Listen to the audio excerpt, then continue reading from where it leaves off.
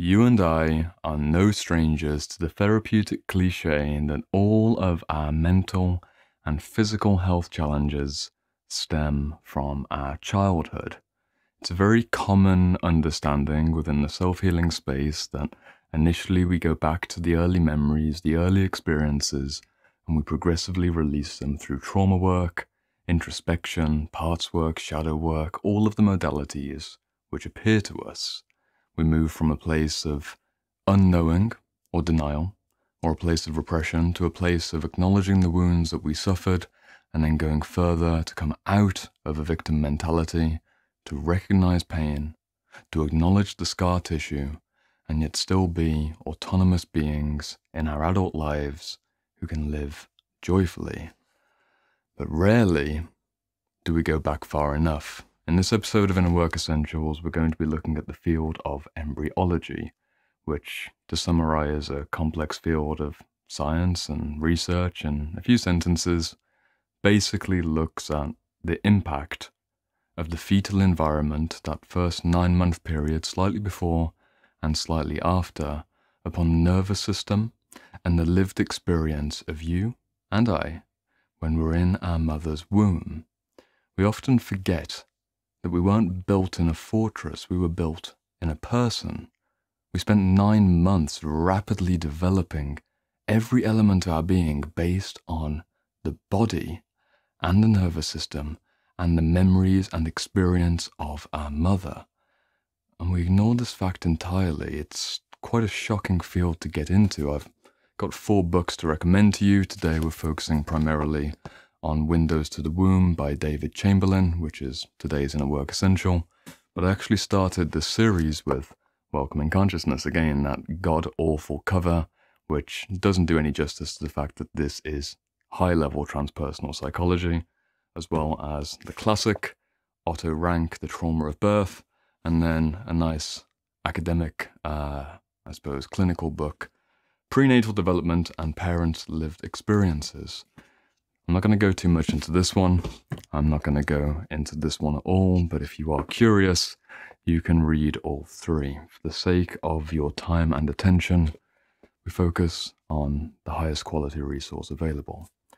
A disclaimer before I go into this video, which is going to be exploring in the abstract and exploring in the specific via certain examples of how the fetal environment has encoded our nervous system, our brain, our heart, our intuitive instinct to essentially mirror and reflect and continue our mother's perception of the world. A warning about some of the themes that are in this video, because I realize that it's going to be quite confronting for a certain type of person. I will be discussing themes of childhood abuse, domestic violence, abortion, failed abortion, and suicide. Not necessarily directly, but in the conversation which will follow. So if those things feel a bit too much right now, feel free to watch a different video and come back to this when you're ready. And again, another disclaimer, I am not an embryologist, I'm not a doctor, I'm not even a psychiatrist, I'm merely a fellow seeker, a fellow person trying to put themselves back together, and I do my best to reveal the resources that you can have access to and teach yourself if you haven't got access to professional resources. That's the aim, that's the intention. Where do we begin? Well, with the disclaimer out the way, I want to begin with a very dramatic example from David Chamberlain's book.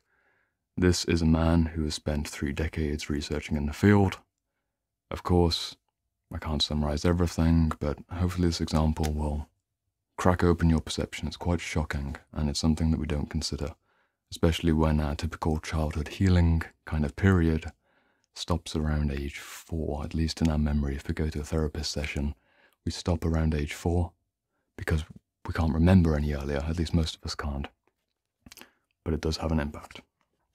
So, from the book, page 136, David Chamberlain is quoting a fellow researcher called Andrew Feldmar, who did a few clinical studies into mental health challenges and different disturbances, in adolescents and adults following traumatic births.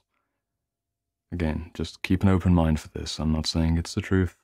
I'm not saying you need to believe this. I'm merely presenting what is in this book. You're an adult, you can make your own mind up and feel what's true for you. Quote from the book.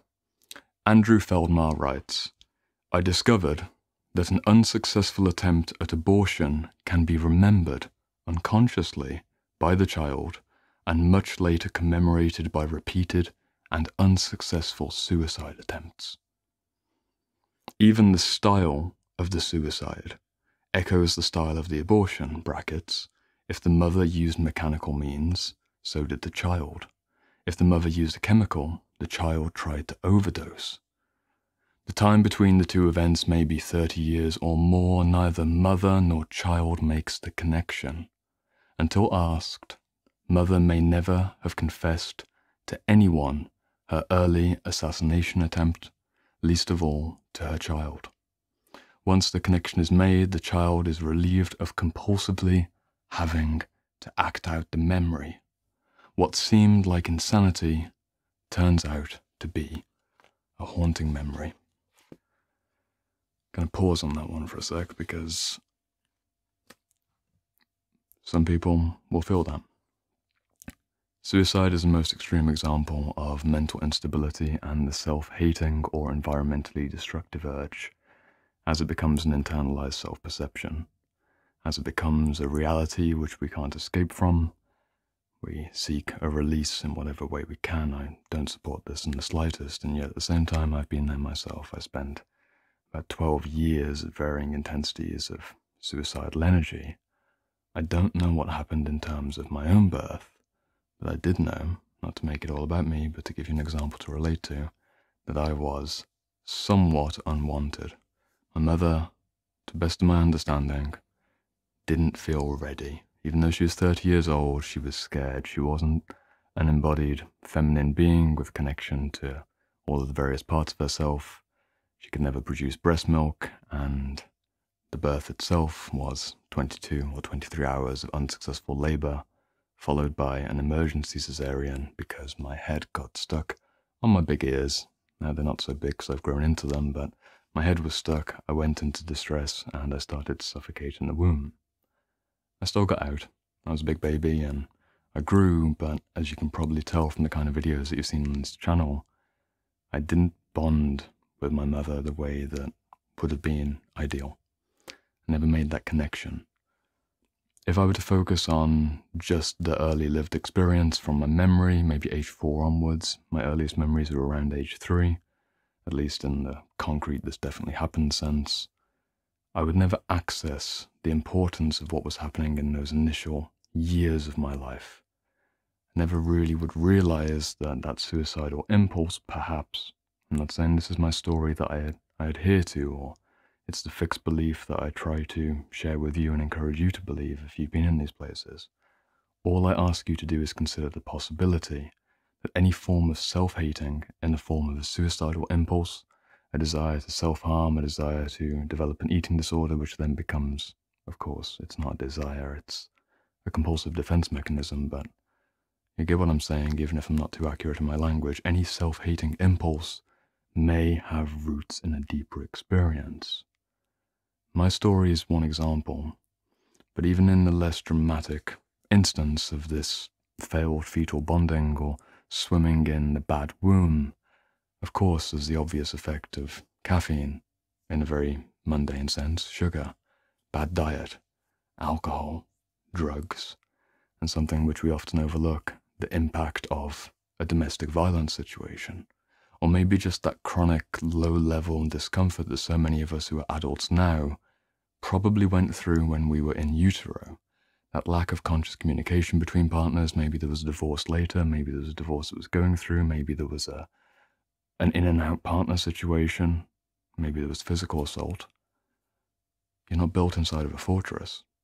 You're not built inside of a tube, at least. Not yet. Maybe 2070 will change things. I hope not. I'm going to fight very strongly against that. That is an abomination. I don't want all of humanity to be built by machine and live in machine. As you can probably tell, let's get into our bodies and be on the earth. Where do we look? we look back further. One of the connections that I want to invite you to make, because again, there's so much to research here. This is the book that I'd recommend you follow up after reading Windows to the Womb. I'm trying to float open a new perception into your reality. To float open the perception that things like a chronic addiction to a certain substance, for example, a mother who smoked in the womb, may encode the nervous system of the baby, that when the time comes when they're 12, 13, 14 and start to be around other teenagers, something clicks. And that desire for the nicotine which kept the mother safe or kept the mother regulated in a traumatic internal environment which holds you as a baby, suddenly clicks on, and you repeat the pattern. Same with alcohol abuse, the same with sexual compulsion or sexual distortion, and depending on how far you want to expand your perception, I'm not saying this is true, this is for you to explore, what kind of psychic impact, what kind of mental worldview is being encoded into your being because of your mother's unmet needs and subconscious beliefs. If your mother believes that the world is a dangerous place, if she believes that no one could be trusted, perhaps, I'll give a specific example, if she's got a partner who's not there for her emotionally, or a partner that, even worse, isn't there for her at all, she may never trust men. The baby may never trust men. Baby doesn't understand this, but we get to our adult life and maybe there's a series of failed relationships and you've tried years of different therapeutic attempts and still a woman may not trust men. All kinds of perceptions. I'm throwing out many examples. Maybe it triggers something inside of you in the best way. Maybe a revelation comes through in that small glimmer of light through a black curtain, just peeling it open. I can't give every example in this video. I can give a few suggestions about how you can open the space for yourself. In addition to reading the material which I've shown in this video, I really invite you to sit down in an active imagination process, which I've covered on this channel before, and just float the question, what is there about my early life which is important for me to remember? Was there something that happened when I was in utero that I know is important for me to remember? Name something specific. Why is my cigarette addiction still lingering despite years of streaking and then relapsing and then streaking, giving it up for good and then coming back? Why is my sexual compulsion so deeply wired into my guts? And then if you're a mother, for example, this is the really tricky territory. I'm not trying to overwrite anyone's experience. There's often this common thread where intergenerationally between mother and daughter, it's particularly close. There's a closer synergy between mother and daughter than son and mother, for obvious reasons. What happens as you become a mother? What happens as your mother complex gets activated based on your mother's perceptions? In what way are you living out either the unmet needs or the shadow of your mother, or merely replicating her patterns? Embryology provides a whole new perspective to look at these kinds of issues. It's really worth your time. I can't go into too much, but I can guarantee, having done some of the work myself, that if you take it seriously, there I am, downplaying my light. I took this very seriously for a period of time. There was a period, when was it? 4 years ago. 4 years ago. There was a period 4 years ago when I started having early life dreams. I started having dreams of not being on the breast or having a dry breast. Sounds crazy to say, right? Like, oh, here I am, but I'm willing to share it with you. It's a weird topic. Having a dream where I couldn't receive milk and feeling that agony as an infant, a very small child, 1 day, 2 days old, and not being safe, not feeling like there was enough, that feeling of deprivation, that feeling of scarcity. And you think, okay, here I am in my early 20s. Why do I still feel this way? Of course, I'm not saying it's black and white and, oh, it's because I wasn't breastfed. But was it because I wasn't breastfed? Who knows? Many complex elements. Different dreams start to come through as well, and different visions, even just in waking state. Walking through somewhere, I was very blown open at that time, kind of spiritually open, spiritual emergency kind of period, where I'd be sober-minded, I'd be in a meditation. I'm not into plant medicines or any of the psychoactive drugs that people use for various reasons. That's not my style. I went in with meditation, I went in with consciousness, and progressively a theme emerges as Jungian literature kind of reveals to us that needs our attention. I spent about a year or so focusing on these kinds of issues and seeing how the bad womb, the toxic sea, the amniotic fluid that was never truly nourishing, does create an environmental perception where the world around us feels a bit sludge-like and a bit scary. And for people who are dissociative, you'll feel like you've never really got your feet on the earth, and the people may not be able to be trusted fully, because the person that you needed to trust fully may not have been there for you. And it's not her fault. Again, the healing arc from recognizing our childhood wounds and recognizing our childhood conditioning to then working on it directly with self-compassion and self-respect over the course of multiple years is initially an acknowledgement of victimization, and sometimes there's an overinflated sense of righteousness and a healthy anger that comes with that. That's a period of grieving which can be handled therapeutically in one-to-one work with someone that you trust or privately with journals and somatic practices. But the healing from that period of healthy rage into the period of acceptance and forgiveness, not to rush to forgiveness, especially if there's something like sexual abuse, but to realize the fragility and fallibility of every human, our mother, our father. We're all in this mess together. And there are things outside of our usual memory which can give us hints about how we can piece ourselves patiently back together and heal that fragmentation. And the world, thankfully, looks a little less toxic and fearful when we commit to this work in earnest. Embryology is a wonderful place to start. The next episode in this series is going to take this topic kind of in a similar angle. We're going to go into neuroplasticity and the science and art of psychotherapy by Alan Shaw, which is a neurobiological way of understanding attachment and failed attunement. It's making the turn in this series towards a more scientific series of episodes. If you like what you've seen here, digest it, buy some books, go for it.